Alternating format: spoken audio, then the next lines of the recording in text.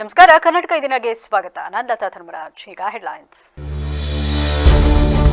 Kanteerava studio underpass ಕಾಮಗಾರಿ ವೇಳೆ ಮಣ್ಣು ಕುಸಿತ, 2 ಕಾರ್ಮಿಕರ ಸಾವು. ಮುನ್ನೆಚ್ಚರಿಕಾ ಕ್ರಮ ವಹಿಸದ ಅಧಿಕಾರಿಗಳ ವಿರುದ್ಧ ಆಕ್ರೋಶ. ಸ್ವಾರ್ಥಕ್ಕಾಗಿ ಅಧಿಕಾರ ದುರುಪಯೋಗ, ರೈತರ ಶಾಪದಿಂದಲೇ ಗುಬ್ಬಿ ಶಾಸಕರಿಗೆ ಮಂತ್ರಗಿರಿ ತಪ್ಪಿದೆ. ಬಿಜೆಪಿ ಮುಖಂಡ ಎಸ್ಡಿ ದಿಲೀಪ್ ಕುಮಾರ್ ವಾಗ್ದಾಳಿ. ಅಖಂಡ ಕರ್ನಾಟಕದಲ್ಲಿ ಬದಲಾವಣೆಯ ಪರ್ವ, ಹೊಸ ರಾಜಕೀಯದ ಪಕ್ಷದ ಸ್ಥಾಪನೆಗೆ ಚಿಂತನೆ. ನಟ ಹಾಗೂ ಹೋರಾಟಗಾರ ಚೇತನ ಅಹಿಂಸಾ ಮಾಹಿತಿ.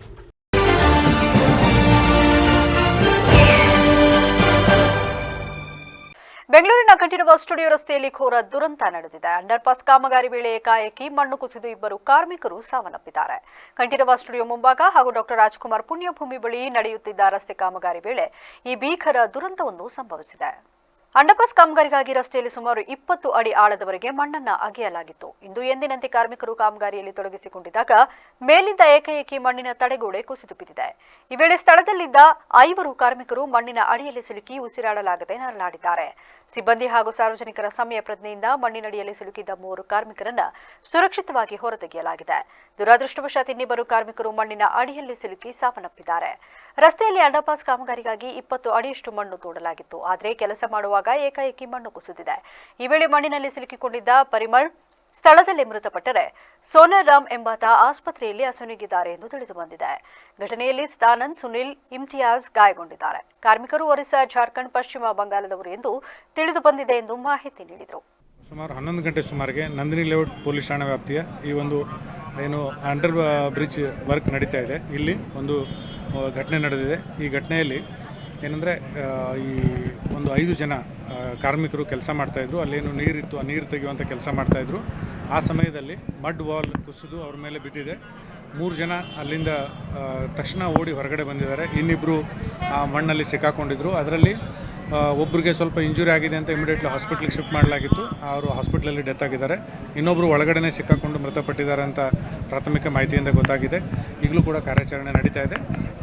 ಸೊ ಮುಂದೆ ಅದರ ಇದೇ ವಿಷಯಕ್ಕೆ ಸಂಬಂಧಪಟ್ಟಂಗೆ ಮುಂದಿನ ವರದಿಯನ್ನು ಸ್ವೀಕರಿಸಿ ಮುಂದಿನ ಕ್ರಮವನ್ನು ಕೈಗೊಳ್ತೀವಿ. ಎಲ್ಲಿಯವರು ಸರ್, ಎಲ್ಲಿ ಮೂಲದವರು, ಎಷ್ಟು ದಿನ ಕೆಲಸ ನಡೀತಾ ಇದೆ ಸರ್? ಈಗ ಬೇಸಿಕಲಿ ನಮಗೆ ಗೊತ್ತಾಗಿರೋ ಪ್ರಕಾರ ಅಂದರೆ 3 ಇಂಜೂರ್ಡ್ ಆದವರು ಎಲ್ಲರೂ ಕೂಡ ವೆಸ್ಟ್ ಬೆಂಗಾಲ್, ಒಡಿಶಾ ಮತ್ತು ಯಾವಾಗಿಂದ ಕೆಲಸ ಸ್ಟಾರ್ಟ್ ಆಗಿತ್ತು, ಏನು ಸಂಬಂಧಪಟ್ಟ ಇಲಾಖೆಯಿಂದ ನಾವು ಮಾಹಿತಿ ತಗೊಂಡು. ಗುಬ್ಬಿ ತಾಲೂಕಿನ ರೈತರ ಹಾಗೂ ಅಜ್ಜಯ್ಯನ ಮೂಲಕ ಡಿಕೆಶಿಗೆ ತಲುಪಿದ ಹೇಮಾವತಿ ನೀರಿನ ಶಾಪವೇ ಗುಬ್ಬಿ ಶಾಸಕರಿಗೆ ಮಂತ್ರಿಗಿರಿ ತಪ್ಪಲು ಪ್ರಮುಖ ಕಾರಣ ಎಂದು ಬಿಜೆಪಿ ಮುಖಂಡ ಎಸ್ಡಿ ದಿಲೀಪ್ ಕುಮಾರ್ ತೀವ್ರವಾಗಿ ವಾಗ್ದಾಳಿ ನಡೆಸಿದ್ದಾರೆ. ಗುಬ್ಬಿ ಪಟ್ಟಣದ ಪ್ರವಾಸಿ ಮಂದಿರದಲ್ಲಿ ನಡೆದ ಸುದ್ದಿಗೋಷ್ಠಿಯಲ್ಲಿ ಮಾತನಾಡಿದ ಅವರು, ಶಾಸಕರ ವಿರುದ್ಧ ತೀವ್ರ ವಾಗ್ದಾಳಿ ನಡೆಸಿ ಹಲವಾರು ರಾಜಕೀಯ ಹಾಗೂ ಸ್ಥಳೀಯ ವಿಷಯಗಳನ್ನು ಪ್ರಸ್ತಾಪಿಸಿದರು. ತಾಲೂಕಿನ ಜನ ನಂಬಿಕೊಟ್ಟಿದ್ದ ಬೀಗದ ಕೈಯನ್ನ ನಿಮ್ಮ ಸ್ವಾರ್ಥಕ್ಕಾಗಿ ಡಿಕೆ ಶಿವಕುಮಾರ್ ಅವರಿಗೆ ಅಡಬಿಟ್ಟು ಅವರು ಬಂದಾಗ ಪಕ್ಕದಲ್ಲಿಯೇ ಕುಳಿತು ತುಟಿಕ್ ಪಿಟಿಕ್ ಎನ್ನದೆ ಇಂದು ವಿರೋಧ ಮಾಡುವ ಗೋಸುಂಬೆ ಆಟ ಬಿಡಿ. ತಾಕತ್ತಿದ್ದರೆ ಅಂದು ಚಾನೆಲ್ ಮೇಲೆ ಮಲಗಿ ನೀರು ಬಿಡಿಸಿದ್ದೆ ಎನ್ನುವಂತೆ ಇಂದು ಡಿಕೆ ಶಿವಕುಮಾರ್ ಮನೆ ಮುಂದೆ ಮಲಗಿ ಬಹಿರಂಗವಾಗಿ ವಿರೋಧ ವ್ಯಕ್ತಪಡಿಸಿ ನೋಡೋಣ ಎಂದು ಸವಾಲು ಹಾಕಿದರು. ಬಿಜೆಪಿ ಸರ್ಕಾರದ ಅವಧಿಯಲ್ಲಿ ಮಂಜೂರಾದ ಲಿಫ್ಟ್ ಇರಿಗೇಷನ್ ಕಾಮಗಾರಿಗಳನ್ನು ತಾವೇ ತಂದೆ ಎಂಬಂತೆ ಬಿಂಬಿಸಿಕೊಂಡು ಟೇಪ್ ಕತ್ತರಿಸಿ ಉದ್ಘಾಟನೆ ಮಾಡಿದರೂ ತಮ್ಮ ಯೋಗ್ಯತೆಗೆ ಅವುಗಳನ್ನು ಇಂದಿಗೂ ಪೂರ್ಣಗೊಳಿಸಲು ಸಾಧ್ಯವಾಗಿಲ್ಲ ಎಂದು ಕಿಡಿಕಾರಿದರು. ಗುಬ್ಬಿಯಲ್ಲಿ ಎಸ್. ಶ್ರೀನಿವಾಸ್ ಎಂಬ ಡ್ರಾಮಾ ಕಂಪನಿ ತೆರೆದಿದ್ದು ಅದರಲ್ಲಿ ಕಾಮಿಡಿ ಮಾಡುವ ನಟನೊಬ್ಬನನ್ನ ಗುಳ್ಳೆನರಿ ಪಾತ್ರಕ್ಕೆ ಇಟ್ಟುಕೊಳ್ಳಲಾಗಿದೆ. ಮಾಧ್ಯಮದ ಮುಂದೆ ಬಂದು ಏನೇನೋ ಕಾಮಿಡಿ ಮಾಡಿ ಹೋಗುವ ಇಂತಹ ಗುಳ್ಳೆನರಿಗಳಿಂದ ಹೇಳಿಕೆ ಕೊಡಿಸುವುದನ್ನು ಬಿಟ್ಟು ನಿಜಕ್ಕೂ ತಾಕತ್ತಿದ್ದರೆ ಡಿಕೆಶಿ ಮುಂದೆ ತೋರಿಸಿ ಎಂದು ಗುಡುಗಿದ್ರು. ಇದೇ ಸಂದರ್ಭದಲ್ಲಿ ಮುಖಂಡರಾದ ಶಂಕರ್ ಕುಮಾರ್, ಸಿದ್ದರಾಮಯ್ಯ, ಲಕ್ಷ್ಮೀರಂಗಯ್ಯ, ವಿದ್ಯಾಸಾಗರ್, ಶ್ರೀಧರ್, ಮಂಜುನಾಥ್, ಲೋಕೇಶ್ ಮತ್ತು ತಿರುಮಲೇಶ್ ಸ್ಥಳದಲ್ಲಿದ್ದರು. ಎನ್ಡಿಎ ಒಂದಾಗಿದೆ. ತಾಲೂಕಿನಲ್ಲಿ 80% ವಿರೋಧ ಬಂದ, 30% ಇವ್ರಿಗೆ ಓಟ್ ಬಿದ್ದಾವೆ ಅಷ್ಟೇ. 70% ವಿರೋಧ ಐತೆ. ಈಗ ಇದು ಹೋರಾಟದಲ್ಲಿ ರೈತರೆಲ್ಲ ದಂಗೆದ್ದವ್ರೆ.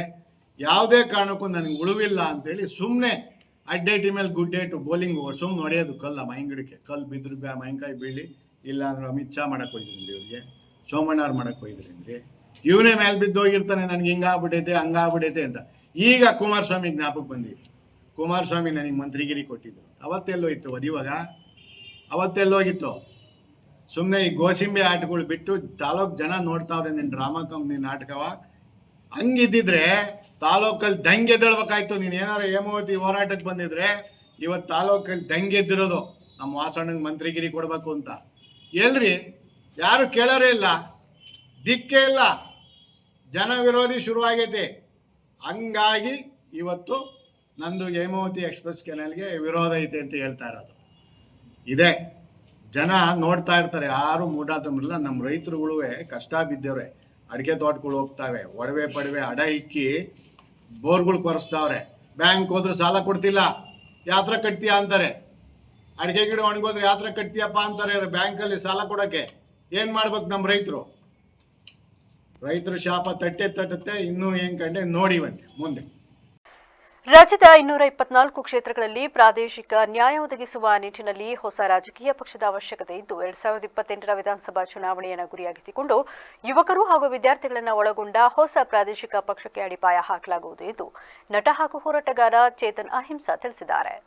ಹಾಸನದಲ್ಲಿ ವಿವಿಧ ಚಳುವಳಿಗಾರರು, ಹಿರಿಯ ಹೋರಾಟಗಾರರು ಹಾಗೂ ವಿಚಾರವಂತರೊಂದಿಗೆ ನಡೆದ ಸಭೆಯಲ್ಲಿ ಮಾತನಾಡಿದ ಅವರು, ರಾಜ್ಯದಲ್ಲಿ ಪ್ರಾದೇಶಿಕ ನ್ಯಾಯಕ್ಕಾಗಿ ಎಲ್ಲರೂ ಒಗ್ಗಟ್ಟಾಗಿ ಗಟ್ಟಿಯಾದ ಹೆಜ್ಜೆ ಇಡಬೇಕಿದ್ದು 224 ಕ್ಷೇತ್ರಗಳಿಗೂ ಪ್ರಾದೇಶಿಕ ನ್ಯಾಯ ಒದಗಿಸುವ ಪ್ರಾದೇಶಿಕ ಪಕ್ಷದ ಅವಶ್ಯಕತೆ ಇದ್ದು ಯುವಕರು ಹಾಗೂ ವಿದ್ಯಾರ್ಥಿಗಳನ್ನು ಒಳಗೊಂಡ ಗಟ್ಟಿಯಾದ ಅಡಿಪಾಯವನ್ನು ನಿರ್ಮಿಸಲಾಗುವುದು ಎಂದು ಸ್ಪಷ್ಟಪಡಿಸಿದರಲ್ಲದೆ, ಪಕ್ಷ ನಡೆಸಲು ಸಾವಿರಾರು ಕೋಟಿ ಹಣ ಬೇಕಿಲ್ಲ, ಬದಲಿಗೆ ಜನರ ಬೆಂಬಲ ಮತ್ತು ಸಿದ್ಧಾಂತದ ನಂಬಿಕೆ ಮುಖ್ಯ.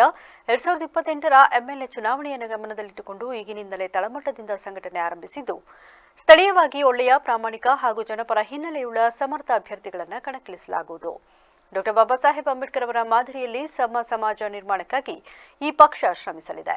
ಕೇವಲ ವೈಯಕ್ತಿಕ ಕುರ್ಚಿ ಗಳಿಸುವುದು ನಮ್ಮ ಗುರಿಯಲ್ಲ, ಬದಲಿಗೆ ಶೋಷಿತರಿಗೆ, ವಂಚಿತರಿಗೆ ಮತ್ತು ದಲಿತ, ಆದಿವಾಸಿಗಳಿಗೆ ರಾಜಕೀಯ ಅಧಿಕಾರದ ಮಹಾದ್ವಾರ ತೆರೆಯುವುದೇ ನಮ್ಮ ಮೂಲ ಉದ್ದೇಶ. ಕಳೆದ 12-15 ವರ್ಷಗಳಿಂದ ಹಾಸನ ಜಿಲ್ಲೆಯೊಂದಿಗೆ ನಿರಂತರ ಒಡನಾಟವಿದ್ದು ಇಲ್ಲಿನ ಜನರ ರಾಜಕೀಯ ಕಳಕಳಿ ಮತ್ತು ಹೋರಾಟದ ಗುಣ ಮೆಚ್ಚುವಂತದ್ದು. ಮುಂದಿನ ದಿನಗಳಲ್ಲಿ ಜಿಲ್ಲೆಯ ಪ್ರತಿಯೊಂದು ತಾಲೂಕಿಗೂ ಭೇಟಿ ನೀಡಿ ವಿಚಾರ ಮಂಥನ ನಡೆಸಲಾಗುವುದು ಎಂದು ತಿಳಿಸಿದರು. ನಮ್ಮ ಪಕ್ಷ ನಡೆಸಬೇಕು ಅಂದರೆ ನಾನು ಜಾಸ್ತಿ ಪಡೆದಿದ್ದೀನಿ, ನಾನು ಜಾಸ್ತಿ ವಾಪಸ್ ಕೊಡಬೇಕು. ಸೊ ಆ ಪಕ್ಷ ನಡೆಸೋಕ್ಕೋಸ್ಕರ ನಾವೇನೇನು ಜನವರಿವರೆಗೂ ಡೆಫಿನೆಟ್ ಆಗಿ ನಾವು ಎಲ್ಲ ರೀತಿ ಖರ್ಚು ವೆಚ್ಚ ಇಷ್ಟು ವರ್ಷಗಳು 2-3 ವರ್ಷಗಳಿಂದ ನಾನೇ ದುಡ್ಡು ಹಾಕಿ ನಮ್ಮ ಫ್ಯಾಮಿಲಿಯಿಂದಲೇ ದುಡ್ಡು ಹಾಕ್ತೀನಿ. ಅದು ಮುಂದೆನೂ ಕೂಡ ಪಾರ್ಟಿ ನಡೆಸೋಕ್ಕೆ ನಮ್ಮ ಫ್ಯಾಮಿಲಿಯಿಂದ ಎಷ್ಟು ಬೇಕೋ ಅದನ್ನು ಮಾಡೋಣ. ಆದರೆ ಪಾರ್ಟಿ ಫಂಡ್ ಅನ್ನೋ ರೀತಿನಲ್ಲಿ ಕೊಡೋಕ್ಕಾಗಲ್ಲ.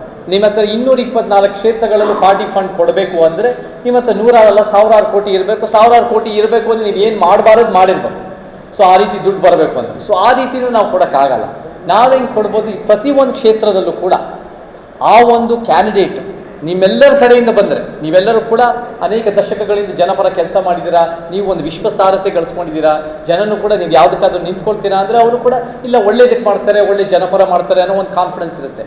ನೀವೆಲ್ಲ ಒಗ್ಗಟ್ಟಾಗಿ ಒಂದು ಕ್ಯಾಂಡಿಡೇಟ್, ಒಂದು ಅಭ್ಯರ್ಥಿನ ಗುರುತಿಸಿದ್ರೆ ಆ ಅಭ್ಯರ್ಥಿ ನಾನು ಹೇಳಿದ್ದೀನಿ. ನಗರ ಕೇಂದ್ರ ಗ್ರಂಥಾಲಯ ಮತ್ತು ಪವರ್ ಇಂಡಿಯಾ ಅಕಾಡೆಮಿ ಸ್ಟಡಿ ಸೆಂಟರ್ನ ಸಹಯೋಗದಲ್ಲಿ ಜಿಲ್ಲಾ ಕನ್ನಡ ಸಾಹಿತ್ಯ ಪರಿಷತ್ ಭವನದಲ್ಲಿ 2026ರ ಗ್ರಂಥಪಾಲಕರ ದಿನಾಚರಣೆ ಹಾಗೂ ಗ್ರಾಮಾಡಳಿತ ಅಧಿಕಾರಿ ಸ್ಪರ್ಧಾತ್ಮಕ ಪರೀಕ್ಷಾ ಆಕಾಂಕ್ಷಿಗಳಿಗಾಗಿ ಅಣುಕು ಲಿಖಿತ ಪರೀಕ್ಷೆ ಉದ್ಘಾಟನಾ ಸಮಾರಂಭ ನಡೆಸಲಾಯಿತು. ಕಾರ್ಯಕ್ರಮ ಉದ್ಘಾಟನೆ ಮಾಡಿ ಮಾತನಾಡಿದ ಮೈಸೂರು ವಿಭಾಗದ ಪ್ರಾದೇಶಿಕ ಆಯುಕ್ತರಾದ ನಿತೇಶ್ ಪಾಟೀಲ್ ಅವರು, ಜಿಲ್ಲಾ ಹಾಗೂ ನಗರ ಕೇಂದ್ರ ಗ್ರಂಥಾಲಯದ ವತಿಯಿಂದ ಹಾಸನದ ಪ್ರತಿಭಾವಂತ ವಿದ್ಯಾರ್ಥಿಗಳ ಅನುಕೂಲಕ್ಕಾಗಿ ಈ ಅಣುಕು ಲಿಖಿತ ಪರೀಕ್ಷೆಯನ್ನು ಹಮ್ಮಿಕೊಳ್ಳಲಾಗಿದ್ದು 100ಕ್ಕೂ ಅಧಿಕ ವಿದ್ಯಾರ್ಥಿಗಳು ಉತ್ಸಾಹದಿಂದ ಪಾಲ್ಗೊಂಡು ಪರೀಕ್ಷೆ ಬರೆದಿದ್ದಾರೆ. ಗ್ರಂಥಾಲಯದ ವತಿಯಿಂದ ಇಂತಹ ಹೆಚ್ಚಿನ ಪರೀಕ್ಷೆಗಳನ್ನು ಮುಂದೆಯೂ ನಡೆಸಲು ನಿರ್ದೇಶನ ನೀಡಲಾಗಿದೆ. ಈ ಅಣುಕು ಪರೀಕ್ಷೆಯು ಆಕಾಂಕ್ಷಿಗಳಿಗೆ ಮುಂಬರುವ ನೈಜ ಸ್ಪರ್ಧಾತ್ಮಕ ಪರೀಕ್ಷೆಗಳನ್ನು ಆತ್ಮವಿಶ್ವಾಸದಿಂದ ಎದುರಿಸಲು ಹೆಚ್ಚು ಸಹಕಾರಿಯಾಗಲಿದೆ ಎಂದು ತಿಳಿಸಿದ್ದಾರೆ. ನಮ್ಮ ಹಾಸನ ಜಿಲ್ಲಾ ನಗರ ಕೇಂದ್ರ ಗ್ರಂಥಾಲಯ ಹಾಸನ ವತಿಯಿಂದ ಇವತ್ತು ಗ್ರಾಮ ಆಡಳಿತ ಅಧಿಕಾರಿ ಸ್ಪರ್ಧಾತ್ಮಕ ಪರೀಕ್ಷೆಯ ಒಂದು ಅಣಕು ಲಿಖಿತ ಪರೀಕ್ಷೆಯನ್ನು ಇವತ್ತು ನಾವು ಎಲ್ಲ ಹಾಸನದ ಎಲ್ಲ ಪ್ರತಿಭಾವಂತ ಮಕ್ಕಳಿಗೆ ನಾವು ನಗರ ಕೇಂದ್ರ ಗ್ರಂಥಾಲಯ ವತಿಯಿಂದ ಮಾಡಿದ್ದೇವೆ. ಸೊ ಸಾಕಷ್ಟು 100ಕ್ಕಿಂತ ಅಧಿಕ ವಿದ್ಯಾರ್ಥಿಗಳು ಬಂದು ಈ ಒಂದು ಗ್ರಾಮ ಆಡಳಿತಾಧಿಕಾರಿಯ ಒಂದು ಲಿಖಿತ ಪರೀಕ್ಷೆಯನ್ನು ಬರೀತಾ ಇದ್ದಾರೆ. ಇನ್ನೂ ಹೆಚ್ಚಿನ ಪರೀಕ್ಷೆಗಳನ್ನು ಕೂಡ ನಗರ ಕೇಂದ್ರ ಗ್ರಂಥಾಲಯ ವತಿಯಿಂದ ನಡೆಸಿ ಅಂತ ನಿರ್ದೇಶನಗಳನ್ನು ಕೊಟ್ಟಿದ್ದೇವೆ. ಸೊ ಈ ಎಕ್ಸಾಮ್ ಏನು ಅಣುಕು ಪರೀಕ್ಷೆ ತಗೊಂಡಿರೋ ಎಲ್ಲ ವಿದ್ಯಾರ್ಥಿಗಳಿಗೆ ಇದು ರಿಯಲ್ ಎಕ್ಸಾಮಿನೇಷನ್, ಕಾಂಪಿಟೇಟಿವ್ ಎಕ್ಸಾಮಿನೇಷನ್ಗೆ ಅದು ಸಹಕಾರ ಆಗಲಿದೆ. ಇನ್ನೂ ಹೆಚ್ಚಿನ ಈ ಥರದ್ದು ಕಾರ್ಯಕ್ರಮಗಳು, ಪರೀಕ್ಷೆಗಳು ಹಾಸನದಲ್ಲಿ ಆಗಲಿ ಅಂತ ಆಶಿಸ್ತೇವೆ. ಕಾರ್ಯಕ್ರಮದಲ್ಲಿ ಅಧಿಕಾರಿಗಳು, ಕಾಲೇಜು ವಿದ್ಯಾರ್ಥಿಗಳು ಹಾಗೂ ಸ್ಪರ್ಧಾಕಾಂಕ್ಷಿಗಳು ಉಪಸ್ಥಿತರಿದ್ದರು. ಹೊಸ ಬಡಾವಣೆಯಾದ ಸಿದ್ದೇಶ್ವರ ಕಾಲೋನಿಗೆ ಕೂಡಲೇ ಅಗತ್ಯ ಮೂಲಭೂತ ಸೌಕರ್ಯಗಳನ್ನು ಒದಗಿಸಬೇಕು ಹಾಗೂ ಗ್ರಾಮ ಪಂಚಾಯತ್ನಲ್ಲಿ ನಡೆದಿರುವ ಅವ್ಯವಹಾರಗಳ ಕುರಿತು ಸಮಗ್ರ ತನಿಖೆ ನಡೆಸಬೇಕು ಎಂದು ಒತ್ತಾಯಿಸಿ ನಾಗರಾಜ್ ಭಾವಿದುಡ್ಡಿ ಅವರ ನೇತೃತ್ವದಲ್ಲಿ ಹಾಗರ್ಗ ಗ್ರಾಮ ಪಂಚಾಯಿತಿ ಎದುರು ಬೃಹತ್ ಪ್ರತಿಭಟನೆ ಹಮ್ಮಿಕೊಳ್ಳಲಾಯಿತು. ಕ್ಷೇಮಾಭಿವೃದ್ಧಿ ಸಂಘದ ವತಿಯಿಂದ ನಡೆದ ಈ ಪ್ರತಿಭಟನೆಯಲ್ಲಿ ಬಡಾವಣೆಯ ಪ್ರಮುಖ ಬೇಡಿಕೆಗಳನ್ನು ಈಡೇರಿಸುವಂತೆ ಆಗ್ರಹಿಸಲಾಯಿತು. ಪ್ರತಿಭಟನಾ ಸಂದರ್ಭದಲ್ಲಿ ಮಾತನಾಡಿದ ಮುಖಂಡ ಪ್ರಕಾಶ್ ಹಾಗರ್ಗಿ, ಸಿದ್ದೇಶ್ವರ ಕಾಲೋನಿಯಲ್ಲಿ ರಸ್ತೆ, ಕುಡಿಯುವ ನೀರು, ಚರಂಡಿ ಸೇರಿದಂತೆ ಯಾವುದೇ ಮೂಲಭೂತ ಸೌಕರ್ಯಗಳಿಲ್ಲದೆ ಸಾರ್ವಜನಿಕರು ತೊಂದರೆ ಅನುಭವಿಸುತ್ತಿದ್ದಾರೆ ಎಂದು ಆಕ್ರೋಶ ವ್ಯಕ್ತಪಡಿಸಿದರು. ಇದರೊಂದಿಗೆ ಗ್ರಾಮ ಪಂಚಾಯಿತಿ ವ್ಯಾಪ್ತಿಯಲ್ಲಿ ನಡೆದಿರುವ ವ್ಯಾಪಕ ವ್ಯವಹಾರಗಳ ಬಗ್ಗೆ ಉನ್ನತ ಮಟ್ಟದ ಸಮಗ್ರ ತನಿಖೆ ನಡೆಸಬೇಕೆಂದು ಅವರು ಬಲವಾಗಿ ಒತ್ತಾಯಿಸಿದರು. ಈ ಬೃಹತ್ ಪ್ರತಿಭಟನೆಯಲ್ಲಿ ಶಿವಾಜಿ ಪೂಜಾರಿ, ದೇವಿದಾಸ ರೆಡ್ಡಿ, ಪಂಡಿತ್ ಫಾಸ್ಟರ್, ಮಾರುತಿ ಪೂಜಾರಿ, ರಮೇಶ್ ಗುತ್ತೇದಾರ್ ಸೇರಿದಂತೆ ಮತ್ತಿತರರು ಉಪಸ್ಥಿತರಿದ್ದರು. ಕಾವೇರಿ ನೀರು ನಿಯಂತ್ರಣ ಸಮಿತಿಯು ಕರ್ನಾಟಕದ ವಿರುದ್ಧವಾಗಿ ಕಾವೇರಿ ನೀರು ಹರಿಸಲು ನೀಡಿರುವ ತೀರ್ಮಾನವನ್ನು ಭಾರತೀಯ ಜನತಾ ಪಕ್ಷವು ತೀವ್ರವಾಗಿ ಖಂಡಿಸುತ್ತದೆ ಎಂದು ವಿಧಾನ ಪರಿಷತ್ ಸದಸ್ಯ ಎನ್ ರವಿಕುಮಾರ್ ತಿಳಿಸಿದ್ದಾರೆ. ರಾಜ್ಯದಲ್ಲಿ ತೀವ್ರ ಬರ ಪರಿಸ್ಥಿತಿ ಇದ್ದರೂ ಮುಖ್ಯಮಂತ್ರಿ ಹಾಗೂ ಸಚಿವರ ಬೇಜವಾಬ್ದಾರಿಯಿಂದಾಗಿ ಕನ್ನಡಿಗರಿಗೆ ಮತ್ತು ರೈತರಿಗೆ ಅನ್ಯಾಯವಾಗಿದೆ ಎಂದು ಅವರು ಕಿಡಿಕಾರಿದರು. ರಾಜ್ಯದಲ್ಲಿ ಕಾವೇರಿ ಜಲಾಶಯಗಳಲ್ಲಿ ನೀರಿಲ್ಲದಿರುವಾಗ 15 ದಿನಗಳ ಕಾಲ ಪ್ರತಿದಿನ 12,000 ಕ್ಯೂಸೆಕ್ಸ್ ನೀರು ಬಿಡುವಂತೆ ಅದು ತೀರ್ಮಾನ ಕೈಗೊಂಡಿರುವುದು ಸಂಪೂರ್ಣ ಅವೈಜ್ಞಾನಿಕ. ಈ ರೀತಿಯ ಪ್ರತಿಕೂಲ ತೀರ್ಮಾನ ಬರಲು ಮುಖ್ಯಮಂತ್ರಿ ಹಾಗೂ ಸಚಿವರೇನೇ ಕಾರಣವಾಗಿದ್ದು, ಸರಿಯಾಗಿ ವಾದ ಮಂಡಿಸುವ ವಕೀಲರನ್ನ ಇಟ್ಟುಕೊಳ್ಳದೆ ವಿನಾಕಾರಣ ಕಾಲಹರಣ ಮಾಡಿದ್ದಾರೆ. ಈ ತೀರ್ಮಾನವು ಸಂಪೂರ್ಣವಾಗಿ ಕರ್ನಾಟಕದ ಜನತೆ ಹಾಗೂ ರೈತ ವಿರೋಧಿಯಾಗಿದೆ ಎಂದು ಆಕ್ರೋಶ ವ್ಯಕ್ತಪಡಿಸಿದರು. ರಾಜ್ಯದಲ್ಲಿ ಮಳೆ ಇಲ್ಲದೆ ಭೀಕರ ಬರ ಪರಿಸ್ಥಿತಿ ತಲೆದೋರಿದೆ. ರೈತರು ಬಿತ್ತನೆ ಮಾಡಿರುವ ಹೆಸರು, ತೊಗರಿ ಸೇರಿದಂತೆ ವಿವಿಧ ಪ್ರಮುಖ ಬೆಳೆಗಳು ಸಂಪೂರ್ಣವಾಗಿ ನಾಶವಾಗಿವೆ. ಕೇವಲ ಬೇರು ಇರುವ ಕಡೆ ಅಲ್ಪ ಸ್ವಲ್ಪ ಹಸಿರು ಉಳಿದುಕೊಂಡಿದ್ದರೂ ಅದರಲ್ಲಿ ಯಾವುದೇ ಫಸಲು ಬರುವುದಿಲ್ಲ. ಅನ್ನದಾತರು ಆತ್ಮಹತ್ಯೆ ಮಾಡಿಕೊಳ್ಳುವಂತಹ ಕಷ್ಟದ ಪರಿಸ್ಥಿತಿ ನಿರ್ಮಾಣವಾಗಿದ್ದರೂ ಸರ್ಕಾರ ಇದುವರೆಗೆ ಬರಗಾಲವನ್ನು ಅಧಿಕೃತವಾಗಿ ಘೋಷಣೆ ಮಾಡಿಲ್ಲ. ಪರಿಹಾರ ನೀಡಬೇಕಾಗುತ್ತದೆ ಎಂಬ ಕಾರಣಕ್ಕೆ ಸರ್ಕಾರ ಬರ ಘೋಷಿಸಲು ಹಿಂದೇಟು ಹಾಕುತ್ತಿದೆ ಎಂದು ಟೀಕಿಸಿದರು. CWRC 12,000 ಕ್ಯೂಸೆಕ್ ನೀರನ್ನು 15 ದಿನಗಳ ಕಾಲ ಬಿಡುಗಡೆ ಮಾಡಬೇಕು ಅಂತ ಆದೇಶ ಮಾಡಿದೆ. ನೋಡಿ, CWRC ಏನು ಕರ್ನಾಟಕದ ವಿರುದ್ಧವಾಗಿ, ಕಾವೇರಿಗೆ ವಿರುದ್ಧವಾಗಿ ಒಂದು ತೀರ್ಮಾನವನ್ನು ಕೊಟ್ಟಿದೆ. ಇದನ್ನು ಭಾರತೀಯ ಜನತಾ ಪಾರ್ಟಿ ಖಂಡಿಸುತ್ತೆ. 15,000 ಕ್ಯೂಸೆಕ್ಸ್ ನೀರನ್ನ 12 ದಿನ ಬಿಡಬೇಕು. ಈಗ ಕರ್ನಾಟಕದಲ್ಲಿನೇ ನೀರಿಲ್ಲ, ಕಾವೇರಿ ಒಳಗಡೆನೆ ನೀರಿಲ್ಲ. ಮಳೆ ಬರ್ತಾ ಇದೆ, ಒಂಥರ ನೆಲನೂ ಕೂಡ ತೊಯ್ತಾ ಇಲ್ಲ, ಅಷ್ಟರ ಮಟ್ಟಿಗೆ ಮಳೆ ಬರ್ತಾ ಇದೆ ಕರ್ನಾಟಕ ರಾಜ್ಯದಲ್ಲಿ. ಇಂಥ ಸಂದರ್ಭದಲ್ಲಿ ಡ್ಯಾಮ್ನೊಳಗಡೆ ನೀರೇ ಇಲ್ಲದೆ ಇರೋ ಸಂದರ್ಭದಲ್ಲಿ 12 ದಿನ ಪ್ರತಿದಿನ 15,000 ಕ್ಯೂಸೆಕ್ಸ್ ನೀರು ಬಿಡಬೇಕು ಅಂತ ಹೇಳಿದ್ರೆ ನೀರು ಎಲ್ಲಿಂದ ತರೋದು? ಇದೆಲ್ಲದಕ್ಕೂ ಈ ತರದ ಡಿಸಿಷನ್ ಬರೋದಕ್ಕೆ ಕಾರಣ ಯಾರಪ್ಪ ಅಂತ ಹೇಳಿದ್ರೆ ನಮ್ಮ ರಾಜ್ಯದ ಮುಖ್ಯಮಂತ್ರಿಗಳು, ನಮ್ಮ ರಾಜ್ಯದ ನೀರಾವರಿ ಸಚಿವರು, ನಮ್ಮ ರಾಜ್ಯದ ಸರ್ಕಾರ ಏನಿದೆ ಕಾಂಗ್ರೆಸ್ ಸರ್ಕಾರ, ಆ ರೀತಿಯ ಒಂದು ಅಂತಾರಾಷ್ಟ್ರೀಯ ಮಟ್ಟದ ಪ್ಯಾರಾ ಕಾಮನ್ವೆಲ್ತ್ ಕ್ರೀಡಾಕೂಟದಲ್ಲಿ ಭಾರತವನ್ನು ಪ್ರತಿನಿಧಿಸಿ ಕಂಚಿನ ಪದಕವನ್ನ ಗೆಲ್ಲುವುದರ ಮೂಲಕ ಇಡೀ ದೇಶ ಹಾಗೂ ರಾಜ್ಯಕ್ಕೆ ಕೀರ್ತಿ ತಂದುಕೊಟ್ಟ ಹೆಮ್ಮೆಯ ಕ್ರೀಡಾಪಟು ಶಿಲ್ಪಾ ಕೆಎಸ್ ಅವರನ್ನ ಗ್ರಾಮಸ್ಥರು ಮತ್ತು ಅಭಿಮಾನಿಗಳು ಅಭಿನಂದಿಸಿದ್ದಾರೆ. ಈ ಸಂದರ್ಭದಲ್ಲಿ ಮಾತನಾಡಿದ ಶಿಲ್ಪಾ ಅವರ ಸ್ನೇಹಿತ ರಮೇಶ್, ಶಿಕ್ಷಕ ವೃತ್ತಿಯಲ್ಲಿದ್ದರೂ ಕ್ರೀಡೆಯ ಮೇಲೆ ಅಚಲ ನಂಬಿಕೆ ಇಟ್ಟು ಅಂತಾರಾಷ್ಟ್ರೀಯ ಮಟ್ಟದಲ್ಲಿ ಸಾಧನೆ ಮಾಡಿರುವುದು ಎಲ್ಲರಿಗೂ ಹೆಮ್ಮೆಯ ವಿಷಯ ಎಂದರು. ಶಿಲ್ಪಾ ಮೇಡಂ ತಮ್ಮ ಜೀವನದಲ್ಲಿ ಎದುರಿಸಿದ ಕಡು ಬಡತನ, ಕಠಿಣ ಪರಿಶ್ರಮ, ಶ್ರದ್ಧೆ, ಧೈರ್ಯ, ಸಾಹಸ ಹಾಗೂ ತ್ಯಾಗದ ಮನೋಭಾವವೇ ಈ ಐತಿಹಾಸಿಕ ಸಾಧನೆಗೆ ದಾರಿಯಾಗಿದೆ. ಕ್ರೀಡಾ ಕ್ಷೇತ್ರದಲ್ಲಿ ಅದ್ಭುತ ಸಾಧನೆ ಮಾಡಿರುವ ಶಿಲ್ಪಾ ಕೆಎಸ್ ಅವರ ಸಾಧನೆಯನ್ನು ಗುರುತಿಸಿ ಕರ್ನಾಟಕ ಸರ್ಕಾರವು ಅವರಿಗೆ ಗ್ರೂಪ್ ಬಿ ಹುದ್ದೆಯನ್ನ ಘೋಷಿಸಿ ಗೌರವಿಸಿದೆ. ಸಾಧಕಿಗೆ ಸ್ವಾಗತ ಕೋರಲು ಮತ್ತು ಅಭಿನಂದಿಸಲು ಅಭಿಮಾನಿ ಬಳಗದಿಂದ ಬೃಹತ್ ಕಾರ್ಯಕ್ರಮವನ್ನು ಆಗಸ್ಟ್ 14ರಂದು ಹಮ್ಮಿಕೊಳ್ಳಲಾಗಿದೆ.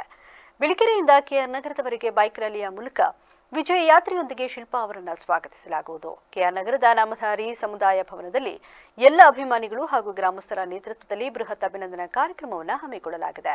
ಈ ಐತಿಹಾಸಿಕ ಕಾರ್ಯಕ್ರಮಕ್ಕೆ ಹೆಚ್ಚಿನ ಸಂಖ್ಯೆಯಲ್ಲಿ ಅಭಿಮಾನಿಗಳು ಮತ್ತು ಸಾರ್ವಜನಿಕರು ಆಗಮಿಸಬೇಕಾಗಿ ಆಯೋಜಕರು ವಿನಂತಿಸಿದ್ದಾರೆ. ಕಳೆದ ಮಾರ್ಚ್ ತಿಂಗಳಲ್ಲಿ ನಿರ್ದೇಶಕರಾಗಿ ಆಯ್ಕೆಯಾಗಿದ್ದರೂ ಸಹ ಅಧ್ಯಕ್ಷ ಹಾಗೂ ಪದಾಧಿಕಾರಿಗಳ ಆಯ್ಕೆ ವಿಚಾರದಲ್ಲಿ ಕಳೆದ ಕೆಲವು ತಿಂಗಳಿನಿಂದ ಕಗ್ಗಂಟಾಗಿದ್ದ ಮಳವಳ್ಳಿನ ಬಸವೇಶ್ವರ ಪತ್ತಿನ ಸಹಕಾರ ಸಂಘದ ನೂತನ ಅಧ್ಯಕ್ಷರಾಗಿ ತೊಟ್ಟಿಮನೆ ಚೆನ್ನಪ್ಪ ಹಾಗೂ ಉಪಾಧ್ಯಕ್ಷರಾಗಿ ಎಚ್ ಸಿ ಮಹೇಶ್ ಅವರು ಅವಿರೋಧವಾಗಿ ಆಯ್ಕೆಯಾಗಿದ್ದಾರೆ. ಚುನಾವಣಾಧಿಕಾರಿಗಳಾದ ನಾಗಭೂಷಣ್ ಹಾಗೂ ಅನಿತಾ ಅವರ ನೇತೃತ್ವದಲ್ಲಿ ಇಂದು ಚುನಾವಣಾ ದಿನ ನಿಗದಿಪಡಿಸಿ ಪ್ರಕ್ರಿಯೆ ನಡೆಸಲಾಯಿತು. ಶ್ರೀ ಬಸವೇಶ್ವರ ಪತ್ತಿನ ಸಹಕಾರ ಸಂಘದ ಒಟ್ಟು 13 ನಿರ್ದೇಶಕರ ಪೈಕಿ ಅಧ್ಯಕ್ಷ ಸ್ಥಾನಕ್ಕಾಗಿ ತೊಟ್ಟಿಮನೆ ಚೆನ್ನಪ್ಪ, ಹೆಬ್ಬಣಿ ಬಸವರಾಜು ಮತ್ತು ಆರ್ಎನ್ ರಮೇಶ್ ನಾಮಪತ್ರ ಸಲ್ಲಿಸಿದರು. ಹಾಗೆಯೇ ಉಪಾಧ್ಯಕ್ಷ ಸ್ಥಾನಕ್ಕಾಗಿ ಎಚ್ ಸಿ ಮಹೇಶ್ ಹಾಗೂ ಮೋಹನ್ ಕುಮಾರ್ ನಾಮಪತ್ರ ಸಲ್ಲಿಸಿದರು. ಆದರೆ ಕೊನೆ ಕ್ಷಣದಲ್ಲಿ ಅಧ್ಯಕ್ಷ ಸ್ಥಾನಕ್ಕೆ ಸ್ಪರ್ಧಿಸಿದ್ದ ಹೆಬ್ಬಣಿ ಬಸವರಾಜು ಮತ್ತು ಆರ್ಎನ್ ರಮೇಶ್ ಹಾಗೂ ಉಪಾಧ್ಯಕ್ಷ ಸ್ಥಾನಕ್ಕೆ ಸ್ಪರ್ಧಿಸಿದ್ದ ಮೋಹನ್ ಕುಮಾರ್ ಅವರು ತಮ್ಮ ನಾಮಪತ್ರಗಳನ್ನು ವಾಪಸ್ ಪಡೆದರು. ಫಲವಾಗಿ ಅಧ್ಯಕ್ಷರಾಗಿ ತೊಟ್ಟಿಮನೆ ಚೆನ್ನಪ್ಪ ಹಾಗೂ ಉಪಾಧ್ಯಕ್ಷರಾಗಿ ಎಚ್ ಸಿ ಮಹೇಶ್ ಅವರು ಅವಿರೋಧವಾಗಿ ಆಯ್ಕೆಯಾಗಿದ್ದಾರೆ ಎಂದು ಚುನಾವಣಾಧಿಕಾರಿ ಅನಿತಾ ಅಧಿಕೃತವಾಗಿ ಘೋಷಿಸಿದರು. ಚುನಾವಣಾ ಘೋಷಣೆಯ ಬಳಿಕ ನೂತನ ಅಧ್ಯಕ್ಷರು, ಉಪಾಧ್ಯಕ್ಷರು ಹಾಗೂ ಇತರ ನಿರ್ದೇಶಕರು ಅಧಿಕೃತವಾಗಿ ಪ್ರಮಾಣ ವಚನ ಸ್ವೀಕರಿಸಿದರು. ನಂತರ ಮಾತನಾಡಿದ ನೂತನ ಅಧ್ಯಕ್ಷ ತೊಟ್ಟಿಮನೆ ಚೆನ್ನಪ್ಪ, ಸಂಘದ ಸರ್ವಾಂಗೀಣ ಅಭಿವೃದ್ಧಿಗಾಗಿ ಎಲ್ಲ ನಿರ್ದೇಶಕರು ಹಾಗೂ ಹಿರಿಯರು ಒಮ್ಮನಸ್ಸಿನಿಂದ ಸಹಕಾರ ನೀಡಬೇಕು ಎಂದು ಮನವಿ ಮಾಡಿಕೊಂಡರು. ಈ ಸಂದರ್ಭದಲ್ಲಿ ನೂತನವಾಗಿ ಆಯ್ಕೆಯಾದ ಅಧ್ಯಕ್ಷರು ಹಾಗೂ ಉಪಾಧ್ಯಕ್ಷರನ್ನ ವಿವಿಧ ವೀರಶೈವ ಮುಖಂಡರು ಸನ್ಮಾನಿಸಿ ಅಭಿನಂದಿಸಿದರು. ಈ ದಿವಸ ನಮ್ಮ ಬ್ಯಾಂಕಿನ ಅಧ್ಯಕ್ಷರು ಮತ್ತು ಉಪಾಧ್ಯಕ್ಷರ ಆಯ್ಕೆಯಲ್ಲಿ ನನ್ನನ್ನು ಅಧ್ಯಕ್ಷರಾಗಿ ಆಯ್ಕೆ ಮಾಡಿದ್ದಕ್ಕೆ ನಮ್ಮ ಆಡಳಿತಾಧಿಕಾರಿಗಳು, ನಮ್ಮ ಅನಿತಾ ಮೇಡಮ್ ಅವರು ಹಾಗೂ ನಮ್ಮ ಆಡಳಿತ ಮಂಡಳಿ ಎಲ್ಲರಿಗೂ ನಾನು ತುಂಬ ಹೃದಯದ ಶರಣಾರ್ಥಿಗಳೊಂದಿಗೆ ಸುಪೂಜಕ ವಂದನೆಗಳನ್ನು ಅರ್ಪಿಸುತ್ತೇನೆ. ಭೂಷಣ ಸಾಹೇಬ್ರವರು ಭಾಳ ನಮ್ಮ ಆಡಳಿತಾಧಿಕಾರಿಗೆ ನಮಗೆ ಒಳ್ಳೆಯ ಪ್ರೋತ್ಸಾಹ ಇದುವರೆಗೂ ಕೊಟ್ಟಿದ್ದಾರೆ. ಅವರಿಗೂ ಕೂಡ ನಮ್ಮ ಸಂಘಟನೆ, ನಮ್ಮ ಆಡಳಿತ ಮಂಡಳಿ ಪರವಾಗಿ ತುಂಬ ಹೃದಯದ ಸ್ವಾಗತವನ್ನು ಬಯಸುತ್ತೇನೆ. ಹಾಗೆ ನಮ್ಮ ಈ ಬ್ಯಾಂಕಿನ ಮುಂದೆ ಕೆಲಸಗಳನ್ನು ನಮ್ಮ ಸದಸ್ಯರುಗಳಿಂದ ಕೇಳ್ಕೊಳ್ಳೋದೇನೆಂದರೆ ಸಹಕರಿಸಿ ನನಗೆ ಅಂಗ್ರಾಪುರ ಚನ್ನಬಸಪ್ಪ ಮಹೇಶನಾದ ನಾನು ಮಳವಳ್ಳಿ ಪಟ್ಟಣದ ಕೋಟೆ ಬೀದಿಯಲ್ಲಿರುವ ಶ್ರೀ ಬಸವೇಶ್ವರ ಪತ್ತಿನ ಸಹಕಾರ ಸಂಘದ ಆಡಳಿತ ಮಂಡಳಿ ನಿರ್ದೇಶಕನಾಗಿ ಮತ್ತು ಈ ದಿನದ ಸಂಘದ ಉಪಾಧ್ಯಕ್ಷರಾಗಿ ಚುನಾಯಿತನಾಗಿರುತ್ತೇನೆ. ಕಾನೂನಿನ ಮೂಲಕ ಸ್ಥಾಪಿತವಾದ ಭಾರತದ ಸಂವಿಧಾನಕ್ಕೆ ಸತ್ಯ, ಶ್ರದ್ಧೆ ಹಾಗೂ ನಿಷ್ಠೆಯನ್ನು ಹೊಂದಿರುತ್ತೇನೆಂದು, ಭಾರತದ ಸಾರ್ವಭೌಮತ್ವವನ್ನು ಮತ್ತು ಅಖಂಡತೆಯನ್ನು ಎತ್ತಿ ಹಿಡಿಯುತ್ತೇನೆಂದು ಮತ್ತು ಕರ್ನಾಟಕ ಸರ್ಕಾರ ಸಹಕಾರ ಸಂಘಗಳ ಕಾಯ್ದೆ 1959 ಹಾಗೂ ಸಹಕಾರ ಸಂಘಗಳ ನಿಯಮ 1960 ಮತ್ತು ಸಂಘದ ಉಪವಿಧಿಗಳನ್ವಯ ನಡೆದುಕೊಳ್ಳುವ ಕಾರ್ಯಕ್ರಮದಲ್ಲಿ ಬಸವೇಶ್ವರ ಪತ್ತಿನ ಸಹಕಾರ ಸಂಘದ ಮುಖ್ಯ ಕಾರ್ಯನಿರ್ವಹಣಾಧಿಕಾರಿ ನಾಗರಾಜ್ ಸೇರಿದಂತೆ ಹಲವು ಗಣ್ಯರು ಹಾಗೂ ಸಂಘದ ಸಿಬ್ಬಂದಿ ಉಪಸ್ಥಿತರಿದ್ದರು.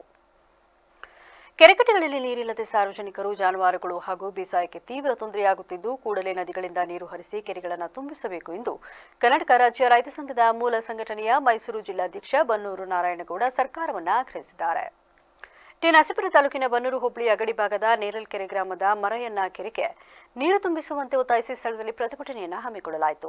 ಜಾನುವಾರುಗಳಿಗೆ ಕುಡಿಯುವ ನೀರಿಗೆ ಯಾವುದೇ ತೊಂದರೆಯಾಗದಂತೆ ಮುನ್ನೆಚ್ಚರಿಕೆ ವಹಿಸುವಂತೆ ಸರ್ಕಾರ ಈಗಾಗಲೇ ಜಿಲ್ಲಾ ಮಟ್ಟದ ಅಧಿಕಾರಿಗಳಿಗೆ ಸ್ಪಷ್ಟ ಸೂಚನೆ ಹಾಗೂ ಆದೇಶ ನೀಡಿದೆ. ಆದರೂ ಮಂಡ್ಯ ಹಾಗೂ ಮೈಸೂರು ಜಿಲ್ಲೆಯ ಜಿಲ್ಲಾಧಿಕಾರಿಗಳಾಗಲಿ ಅಥವಾ ಕ್ಷೇತ್ರದ ಶಾಸಕರಾಗಲಿ ಸರ್ಕಾರದ ಆದೇಶಕ್ಕೆ ಕಿಮ್ಮತ್ತು ನೀಡದೆ ಬೇಜವಾಬ್ದಾರಿ ತೋರುತ್ತಿದ್ದಾರೆ ಎಂದು ಪ್ರತಿಭಟನಾಕಾರರು ತೀವ್ರವಾಗಿ ಆಕ್ರೋಶ ವ್ಯಕ್ತಪಡಿಸಿದರು. ಕೂಡಲೇ ಸಂಬಂಧಪಟ್ಟ ಅಧಿಕಾರಿಗಳು ಮತ್ತು ಸರ್ಕಾರ ಇತ್ತ ಗಮನ ಹರಿಸಿ ಬತ್ತಿ ಹೋಗಿರುವ ಕೆರೆಕಟ್ಟೆಗಳಿಗೆ ನೀರು ತುಂಬಿಸಬೇಕು. ಒಂದು ವೇಳೆ ನಿರ್ಲಕ್ಷ್ಯ ಮುಂದುವರಿದರೆ ಮುಂದಿನ ದಿನಗಳಲ್ಲಿ ಜನಪ್ರತಿನಿಧಿಗಳು ಓಡಾಡುವ ಕಾರುಗಳ ಮುಂದೆ ಕಪ್ಪು ಬಾವುಟ ಪ್ರದರ್ಶಿಸಿ ಉಗ್ರ ಪ್ರತಿಭಟನೆ ನಡೆಸಲಾಗುವುದು ಎಂದು ಎಚ್ಚರಿಕೆ ನೀಡಿದರು. ಅದು ಜಿಲ್ಲಾಡಳಿತದ ವಿರುದ್ಧ, ಸಂಬಂಧಪಟ್ಟಂತಹ ಶಾಸಕರ ವಿರುದ್ಧ ಮತ್ತು ನೀರಾವರಿ ಅಧಿಕಾರಿಗಳು ತಜ್ಞರು ಯಾರಿದ್ದಾರೆ ಅವರು ಹಕ್ಕಿ ಪಕ್ಷಿಗಳು ಸಹ ಈ ಕೆರೆಯಲ್ಲಿ ಕುಡಿಯೋ ನೀರಿಲ್ಲ. ರಾಜ್ಯ ಸರ್ಕಾರ ಹೇಳುತ್ತೆ ಒಂದ್ಸಾರಿ, ಸಿಇಒ, ಜಿಲ್ಲಾಧಿಕಾರಿಗಳು, ಲೋಕಲ್ 26 ಇಲಾಖೆ ಎಲ್ಲ ಅಧಿಕಾರಿಗಳಿಗೂ ಒಂದು ತಾಕೀತು ಮಾಡುತ್ತೆ ರಾಜ್ಯ ಸರ್ಕಾರ.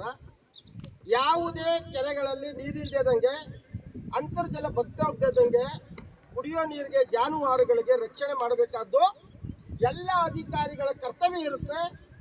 ಈ ನಿಟ್ಟಿನಲ್ಲಿ 24/7 ಕೆಲಸ ಮಾಡಬೇಕು ಅಂತೇಳಿ ಸರ್ಕಾರ ಜಿಲ್ಲಾ ಆಡಳಿತಕ್ಕೆ ಮತ್ತು ಜಿಲ್ಲಾ ಪಂಚಾಯಿತಿ ಸಿಇಒಗೆ ಆದೇಶ ಮಾಡೈತೆ.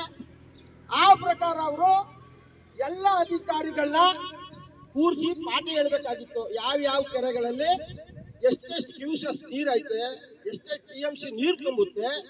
ಕೊನೆಯಲ್ಲಿ ಮತ್ತೊಮ್ಮೆ ಹೆಡ್ಲೈನ್ಸ್.